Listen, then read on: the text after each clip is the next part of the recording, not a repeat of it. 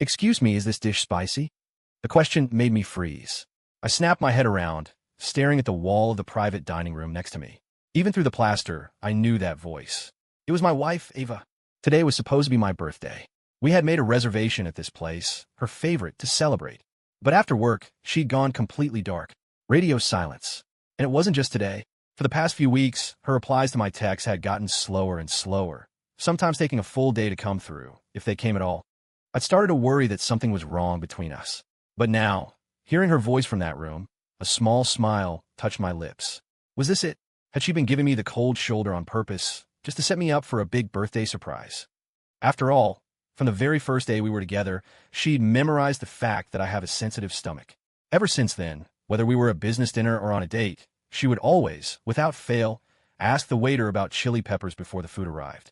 She had done that for 5 straight years. Warmed by the thought, I quietly got up from my table and crept toward the private room, planning to give her a little surprise of my own. But as I reached the door, the voices from inside hit me like a bolt of lightning, rooting me to the spot. "Ava, thank you." A man's voice. "You're still the same as always, so thoughtful." Inside, a man I didn't know was wearing a loose, khaki-colored coat. He was sitting right next to Ava. His lips were pale, but it couldn't hide the delight in his eyes. One look and my heart seized. My blood ran cold. It was Julian. I'd met him with Ava at a gala a month ago. Back then, he was already a supplier with a bit of a local reputation. He'd used family money to back a few successful ventures and was rolling in cash. It was after that night that Julian and Ava started interacting more frequently. His name seemed to pop up behind every major project at her company. Meanwhile, her conversations with me dwindled to almost nothing. I'd had my suspicions, of course, but outside of work, they seemed to have no contact. They were rarely even photographed together at industry events. So, eventually I let my doubts go.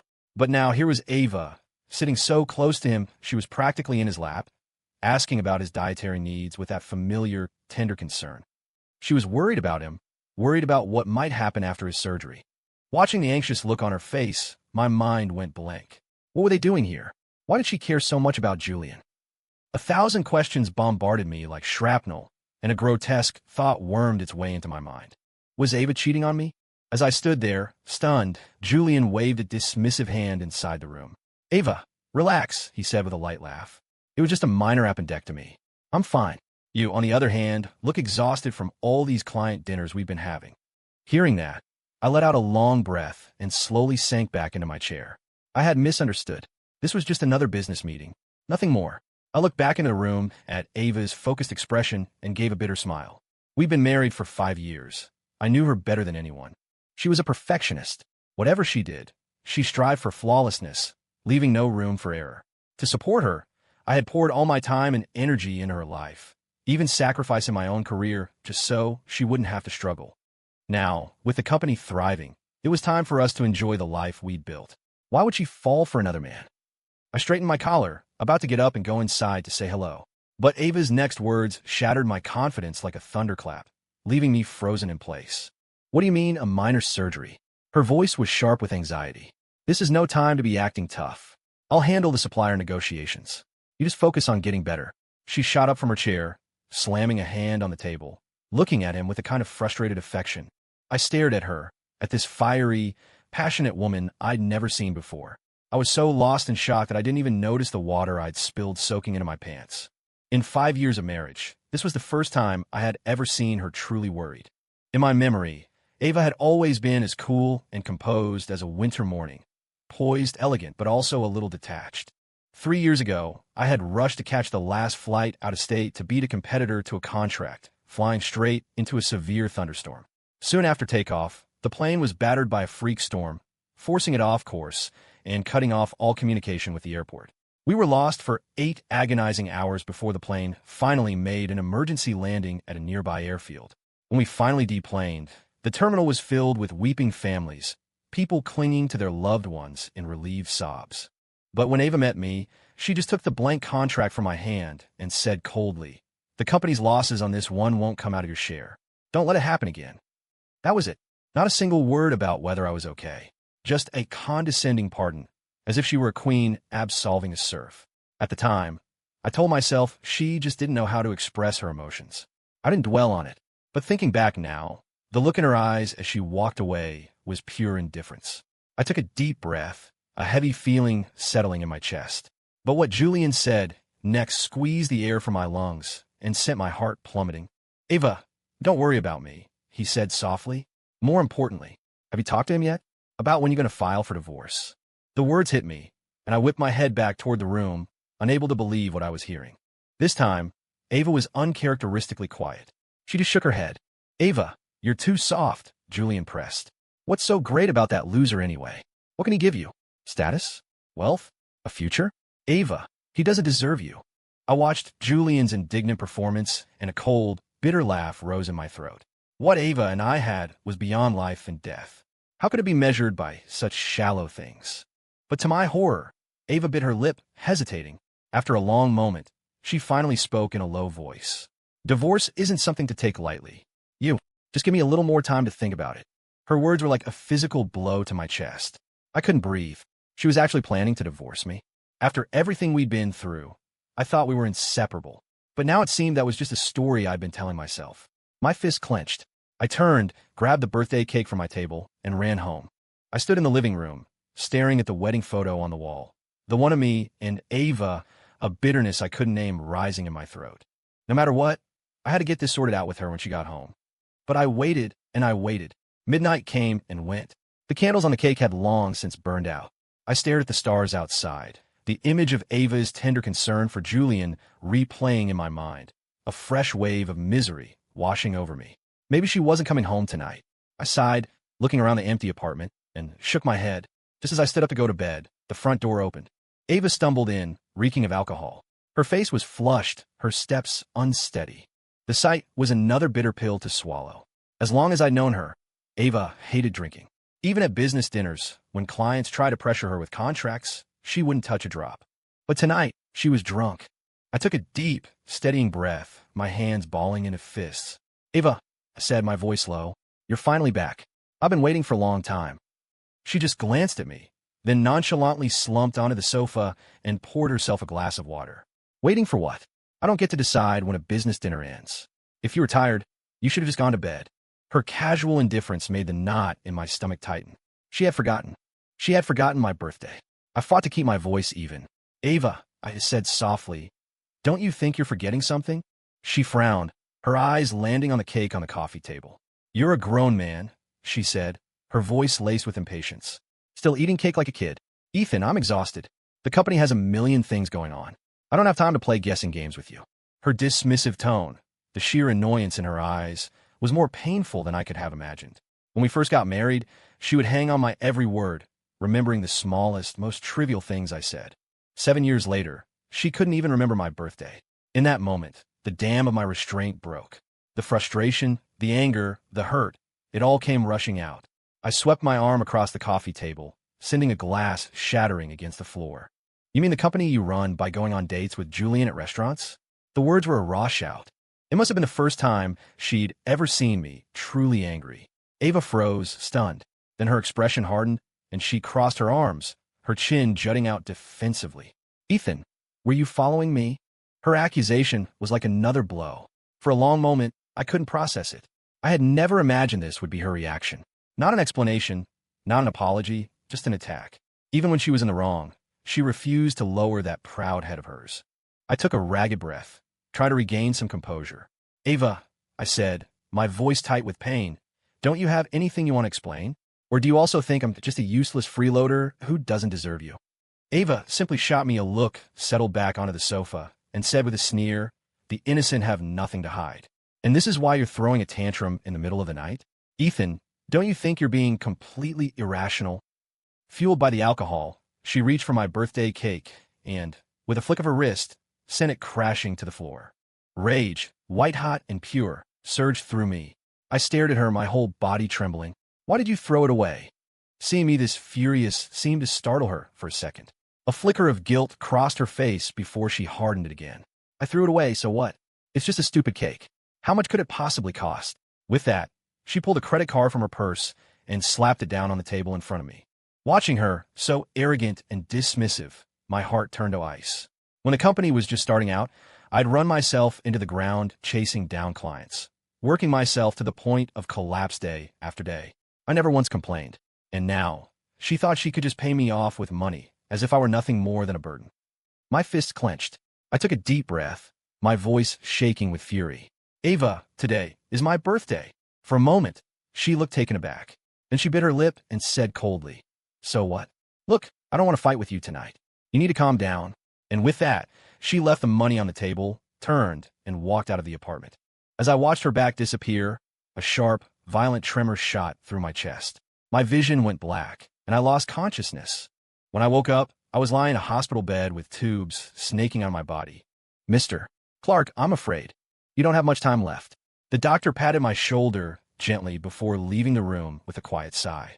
I stared down at the diagnosis in my hand, my knuckles white as I gripped the paper.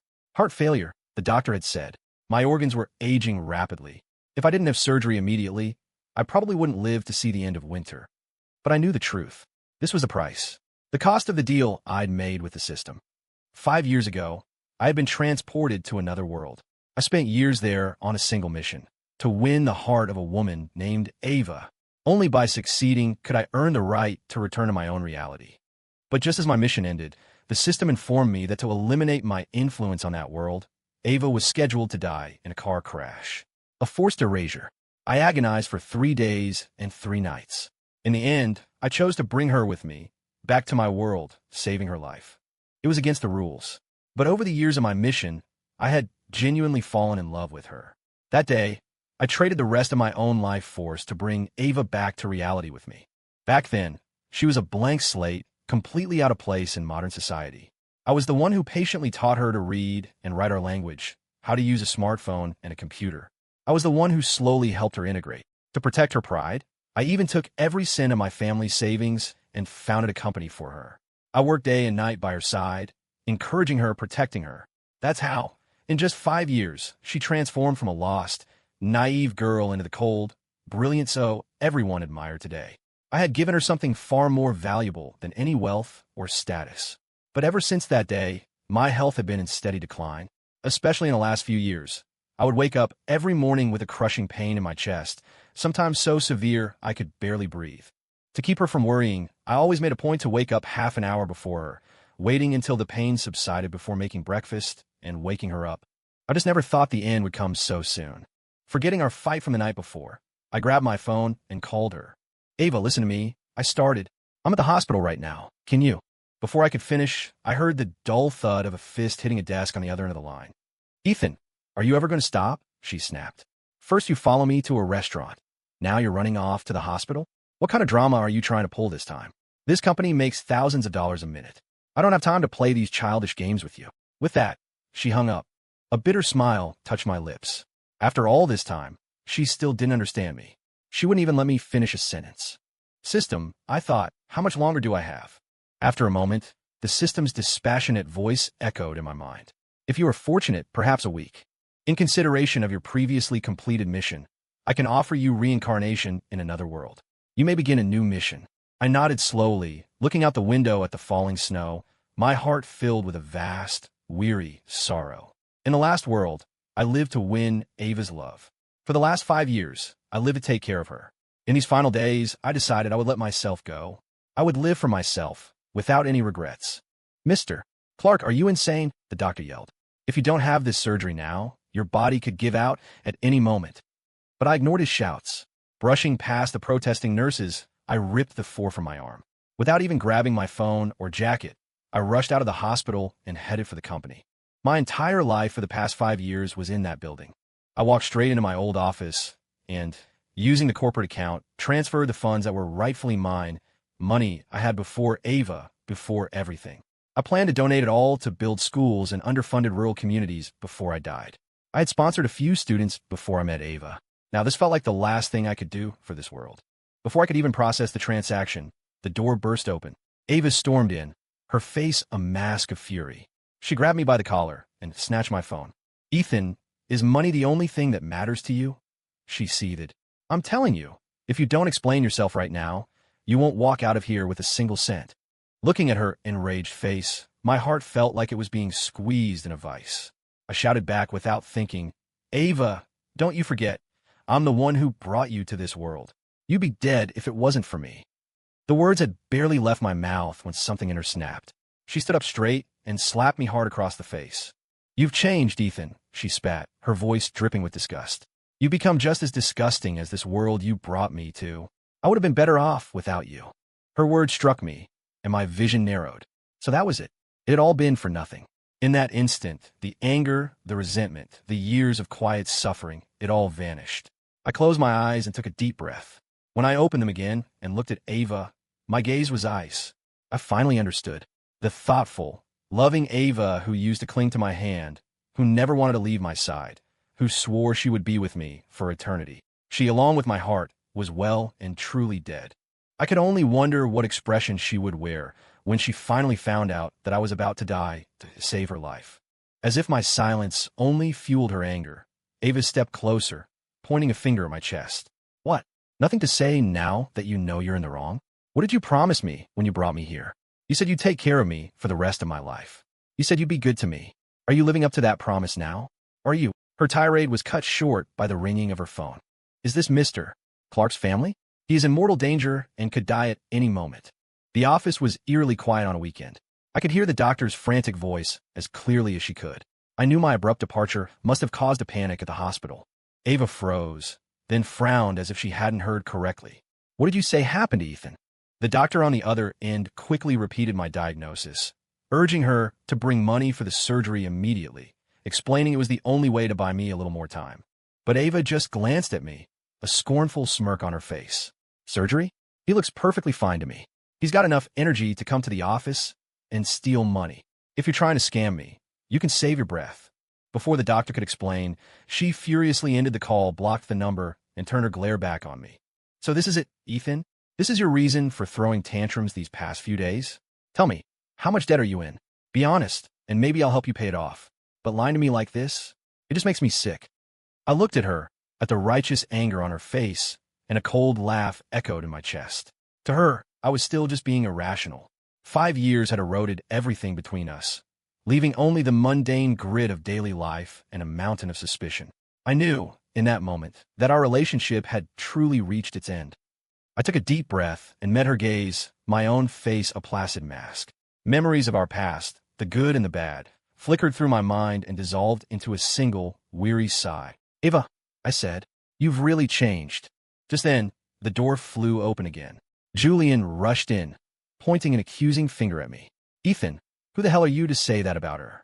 For the past 5 years, Ava has clawed her way up in the business world with her own grit and talent to get where she is today. You're nothing but a parasite, a freeloader. What have you ever done to help her? She would be so much better off without you." Julian's words were sharp, his eyes burning with a hatred so intense it felt like he wanted to devour me whole. As if my very presence next to Ava was a stain on her life. I ignored him, my gaze fixed on Ava. She knew exactly what I had done for her over the past 5 years. She knew everything. But to my utter heartbreak, as Julian's accusations filled the air, Ava simply trembled slightly, her throat working, but she said nothing, not a single word of defense. Strangely, in that moment, I felt no bitterness or sadness. Instead, an odd sense of release washed over me, a profound and liberating calm. I took a deep breath and looked at her, my voice steady. "Ava, let's get a divorce." She looked stunned, as if the words were in a language she didn't understand. Then, her lips tightened into a thin line, and she slapped me again, a sharp, cracking sound in the silent office. "You bastard, Ethan," she shrieked. "I gave up everything to come to this world with you. And now you're bored? You're tired of me, and you think you could just take my money and leave? Or do you think threatening me with divorce will make me bow down and apologize? Well, I'm telling you I don't agree. You won't get a single cent from me." I felt the sting on my cheek, but my heart was numb. The irony of her words was staggering. It was so clear who was truly bored, who was tired. The Ava who once clung to me, who would have done anything for me, had been corrupted by the glitter of this new world. Julian's arrival was just a catalyst. If it hadn't been him, it would have been some other man, a Ryan, a Mark. The simple truth was, she just didn't love me anymore. A bitter smile touched my lips. I let the money I was holding fall to the floor and turned to leave that toxic space. "Ava, from now on, we owe each other nothing." Behind me, her voice was a hysterical scream. "Ethan, if you walk out that door today, don't you ever come back." I sighed inwardly. She still didn't understand. I had no chance of ever coming back. I hadn't made it more than a few steps out of the building when a searing pain tore through my chest. It was so intense it buckled my knees, and I collapsed against the wall, gasping for air. Even though the system had given me a way to escape this world through a simulated death, the physical reality of dying was an overwhelming, suffocating force. Just as I thought it was all over, that I was finally disconnecting, a familiar voice cried out beside me. Mr. Clark, are you okay? Ambulance. I'll get you to a hospital right now. With the last ounce of my strength, I forced my eyes open. When I saw the face of the person kneeling over me, my vision narrowed in shock. Before I could speak, everything went black. Am I dead? When I opened my eyes again, I was back in a hospital bed, a web of tubes connecting me to humming machines. Next to me, a young woman with her hair in a ponytail and wearing a simple dress was slumped over the edge of the bed, fast asleep. I tried to lift my hand to touch her hair, but I only got it halfway up before the familiar, crushing pain seized my chest again, forcing a groan from my lips. Mr. Clark, you're awake. My small movement had disturbed her. The girl rubbed her eyes, and the moment she saw I was conscious, she bolted from the room, shouting for a doctor. Watching her frantic concern, a warmth spread through my chest. I couldn't believe it. At the very end of my life, she was the one who had saved me. She looked different from how I remembered her, but I recognized her instantly. It was Chloe. Before I was bound to the system, back when this world was my only reality, I had sponsored Chloe for a time. She was a kid from a dirt-poor rural community who understood the value of education better than anyone. She'd scored top marks on her college entrance exams and could have gotten into a great university. But her father was a gambling addict who had lost everything. Her mother, unable to take the abuse any longer, had run away and never come back. When I met Chloe, her father was dragging her by the ear, planning to sell her to a nightclub to work as a hostess to pay off his debts. I don't know if it was just a moment of compassion, but I called the police and saved her. I even contacted some friends in the media to expose the story, which helped her escape her toxic family for good. Then, I used what little savings I had to pay for her schooling. In my memory, she was still that kid with a youthful face but the weary, mature eyes of someone far too old for her years. I never imagined that, in the blink of an eye, she would be a grown woman. As I was lost in thought, Chloe rushed back to my side, her face etched with worry. Mr. Clark, are you all right? All I could do was offer a weak, bitter smile and gesture toward the medical chart on the bedside table. Chloe picked it up. As she read, the color drained from her face. Her hands began to shake. Mr. Clark, you're so young. How could you have something as serious as heart failure? I'll go find a doctor. There must be a mistake. Mr. Clark, you can't die. Her voice was thick with tears, her body trembling. I just shook my head and gently took her hand to stop her. There's no point. My voice was faint, breathless. I know my condition. Hearing the finality in my tone, Chloe nodded, her grip on my hand tightening as she broke down into quiet, heartbroken sobs. Looking at her, so utterly devastated, I felt a lump form in my own throat. I had thought that after losing Ava, I would die alone, fading out of this world without another soul to care. I never thought that, even now, there was still someone who cared about me. After a long silence, I managed a faint smile and looked up at her. Chloe, can I ask you to do something for me? Mr. Clark, anything. You gave me my life. Whatever you want. I'll do everything I can to make it happen. Her passionate declaration touched me deeply, but in the end, I just sighed. Chloe, I said softly, can you help me check out of the hospital? I only have a few days left. I don't want to spend them here. Chloe stared at me, her expression frozen. After a long moment, she bit her lip and nodded firmly. Okay, wherever you go, Mr. Clark, I'll go with you. Soon after, against all medical advice, I gave up on the idea of surgery and was officially discharged. After all, I had made a promise to save Ava, sacrificing the rest of my life. Even surgery was a pointless exercise. Instead of wasting that money on me, it could have a better purpose. When I came to my senses, Chloe had already driven me back to my apartment. Even without the money from the company account, I still had some savings from before I married Ava. I intended to donate all of it to build a school in a rural community. It would be my final act of goodwill before I left this world. Before I could get out of the car, Chloe hesitated. Mr. Clark, you really live here? I sighed and looked up at the home I had shared with Ava. It was a large, beautiful apartment, but it was sterile, almost devoid of any signs of life. For years, Ava had spent most of her time at the office. Even when she came home, it was like she was staying in a hotel, treating me with a polite distance. If I ever tried to be intimate, she would just push me away with a cold look, saying she wasn't in the mood. My gaze drifted to the living room window, to where I knew our wedding photo hung. In it, she was smiling as if she had been given the whole world, nestled tightly in my arms. We had taken that picture on our first anniversary. Once upon a time, this home had been warm. The first year Ava was in this world, she was filled with a childlike curiosity for everything.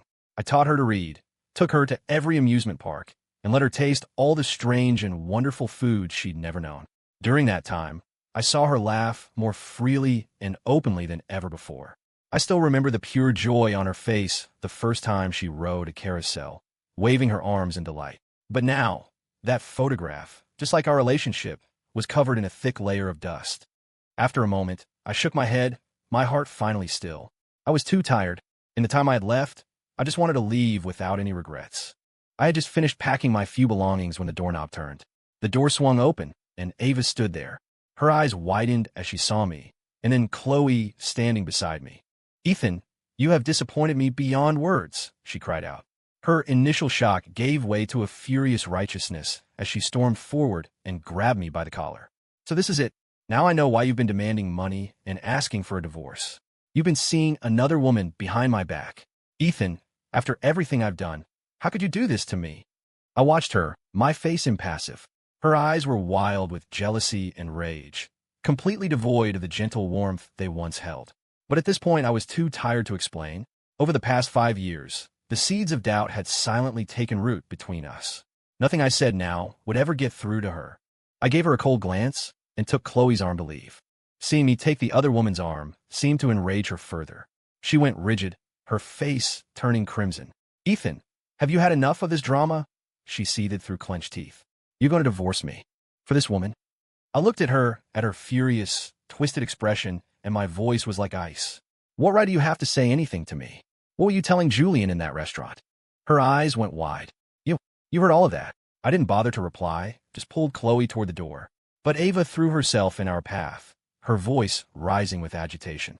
"Ethan, don't you dare twist this with your filthy mind. Julian is interested in me, yes, but working with him doesn't mean I reciprocated his feelings. I did it for us, for this family. Without my hard work these past years, do you think you'd be living in this downtown penthouse? You apologize to me right now, and I can give you one more chance." She crossed her arms, tilting her chin up in that familiar, arrogant way. But looking at her now, all I felt was a deep, weary disappointment. I didn't know when she had become so proud, so self-righteous. She seemed to have forgotten that she once knew nothing, forgotten everything I had done for her, forgotten the years of love we once shared. All she could see now were profits and losses. I took a deep breath. "Take whatever you want," I said quietly. Nothing in this house was ever really mine anyway. My words seemed to finally hit her. She froze, her eyes darting around the cold, sterile apartment we had shared for 5 years. It was as if she was seeing it for the first time, seeing that all the memories we'd made, all the little keepsakes, were gathering dust in forgotten corners. It was tragic. In the beginning, she would spend days folding paper cranes for me, knitting me scarves. But ever since I started the company for her, the giving had stopped. She only took. She expected instant replies to her texts, for me to be there at her beck and call. It was as if she believed it was all my duty, and she owed me nothing in return. For a moment, it looked like a flicker of realization crossed her face. Her expression faltered, and she took a half step back, her voice losing its edge. Don't you dare try to use the past to emotionally blackmail me. Just tell me, this woman next to you, when did you meet her?" I just looked at her, at the suspicion and resentment that had consumed her.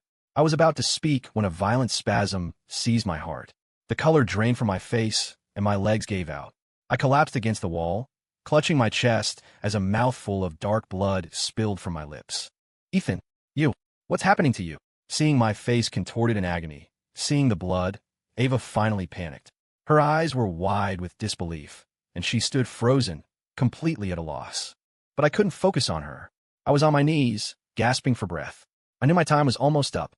The decay of my life force was finally taking its toll on my physical body. Just as I was about to fall forward, Chloe rushed to my side, catching me before I hit the floor. "No, it's not possible," Ava stammered, her voice trembling. "You were fine before. How could this suddenly happen? Ethan, you're faking this. This is just an act, isn't it?" Before I could answer, Chloe, her own face streaked with tears, snatched my medical file from my bag and threw it at Ava's face. Ava, what right do you have to say that to him? Chloe's voice was a furious cry. 5 years ago, when you had nothing, he was the one who patiently stayed by your side, taught you how to read, showed you the world, and took care of your every need. The investment for the company? That was his life's savings. The connections for the company? He destroyed his own health begging people for favors for you. He practically gave you his life, and you didn't even know he was sick. The file, now stained with the blood I had just coughed up, finally seemed to break through Ava's denial. She scrambled to pick it up. As she read, her pupils shrank to pinpricks. So you needed the money for. The realization hit her like a physical blow. Her legs gave out, and she sank to the floor in front of me. No, this isn't real, she whispered. How could you have heart failure? You're so young. We've only been married for 5 years. She crawled to my side, her face a mask of frantic terror, and grabbed my hand. But I just gave her a cold look and pulled my hand away, letting Chloe help me struggle back to my feet. Ethan Clark, don't need your pity. My words made her flinch as if I'd struck her. Her eyes reddened, and tears began to stream down her face. Ethan, I really didn't know you were sick. I was wrong today. Let's go for the surgery now. We'll go to the best hospital in the state. We'll go abroad, okay? You're so young. There has to be a cure. You're not going to die. But I just stared at her, swallowed the metallic taste in my throat, and said flatly, You were wrong? No, I was the one who was wrong. Completely and utterly wrong. I never should have sacrificed half my life to save you in the first place. At my words, she staggered back a step, her eyes wide with horrified confusion. Ethan, she choked out, What are you talking about? What half of your life? Seeing her blank expression, a cold laugh escaped my lips. I cleared my throat and spelled it out for her. Ava, you were supposed to die. You should have died in that car crash 5 years ago. I sacrificed half of my remaining life force, made a deal to forcibly bring you into this world and save you from a fate that was already written. And what did you do with that life? How did you repay me? I had held these words in my heart for 5 long years. When we were married, I had told her everything about the system and my mission. The only thing I had kept from her, to spare her pain, was the truth about my sacrifice. It didn't take long for the meaning of my words to sink in. Her face grew paler and paler until she was as white as a sheet, and she collapsed onto the floor. No, it shouldn't be like this, she sobbed. Why were you so stupid? That was half of your life. Why would you? Then, another realization seemed to dawn on her. Her body shook, and she broke down into uncontrollable, gut-wrenching sobs. But as I watched her, my own heart remained a cold, dead stone. It didn't matter what had happened between her and Julian. There was no going back for us. This 5-year marriage had been a one-sided sacrifice from the very beginning. And now I was tired. I closed my eyes, taking a long, deep breath. When I opened them again, my voice was flat, devoid of all emotion. Perhaps it was because I used to love you. I spoke calmly, looking at her as if she were a complete stranger. The coldness in my gaze made her tremble. Suddenly, as if remembering something, she began frantically searching her pockets, her hands patting her coat in a desperate search. Where is it? Where did it go? I watched her panicked search, shook my head, and pulled a small, tarnished locket from my own pocket, holding it out to her. Are you looking for this? It was the locket she had dropped in the hallway when she'd stormed out of the house. It was the first gift I ever gave her when she arrived in this world. It had been my mother's. It was the last thing she left me before she died, a keepsake meant to watch over me and keep me safe. When Ava first arrived, I was so afraid something would happen to her that I gave it to her for protection. To me, its value was beyond measure. Now it was covered in grime, a perfect reflection of what our love had become. Ava, do you know what this is? I asked, my voice dangerously quiet. This locket belonged to my mother. She looked at the dirty locket in my hand, her mouth opening and closing, but no words came out. I watched her tremble, but I felt no pity. I had taken care of her for 5 years. I had given her everything I had to give. And in return, the moment she saw a bigger, brighter world, she grew to resent me, to see me as a weight holding her back, something to be discarded. I sighed, putting the locket away and turning to leave. But she scrambled to her feet, blocking the door, her head bowed. Ethan, it's my fault. I didn't take care of you. I don't expect you to forgive me. But please, just come to the hospital with me, okay? Your life is the most important thing. I just shot her a cold look. I would have thought the company was the most important thing in your eyes. This freeloader shouldn't trouble the great CEO any longer. You should get back to your dates and business deals with Mr. Julian. Her face flushed crimson. I was just using Julian to expand the business. Nothing happened between us. Ethan, you have to believe me. Before she could finish, I cut her off, pulling a file from my bag and throwing it on the floor. You want me to believe you? When have you ever believed me? And by the way, I should probably remind you, Ms. CEO, Julian's company is drowning in scandal and about to go bankrupt. He's desperate for a cash injection to pay off his debts. Did you really think he was in love with you?